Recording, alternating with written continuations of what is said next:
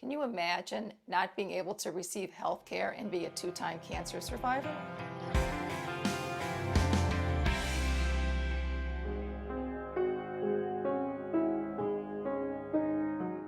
I'm a musician.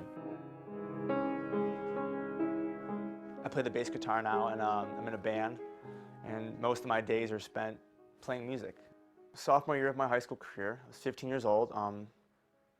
I began to notice some lower back pain. I was a very active kid. I played sports, I rode my bike, I played basketball and lacrosse. Come the end of February, I was totally incapacitated. I couldn't get off the couch without taking doses of Vicodin and just even help me go to the bathroom. So my dad called the spinal orthopedic surgeon, and they found that I had a softball-sized tumor in my lower back. That was kind of the day everything officially started.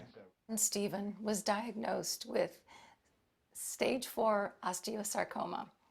So I underwent around 10 months of chemotherapy and a week of radiation, and then about a quarter of the way through the chemotherapy, I had 2 spinal surgeries to remove my tumor and fuse my spine.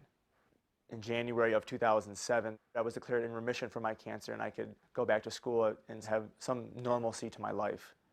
In the fall of 2008, Stephen was diagnosed with a secondary acute myelogenous leukemia, which is the result of the cancer treatments he received during his first cancer. You can imagine how shocked we were. He was told that he must have a bone marrow transplant. You really never know what the outcome is going to be, whether or not you'll have the strength to return to school, whether or not you'll have any secondary issues related to the transplant.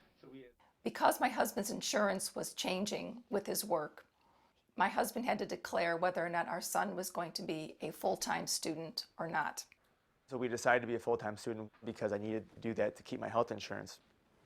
In the fall of that year, Stephen did go back to school. However, it was a very, very challenging time for him. He wasn't strong enough, he was exhausted, and yet we knew that he couldn't drop out of school because we were concerned about his insurance. Fortunately, the law came into being, the Affordable Care Act, and we no longer had to worry about Stephen being a full-time student.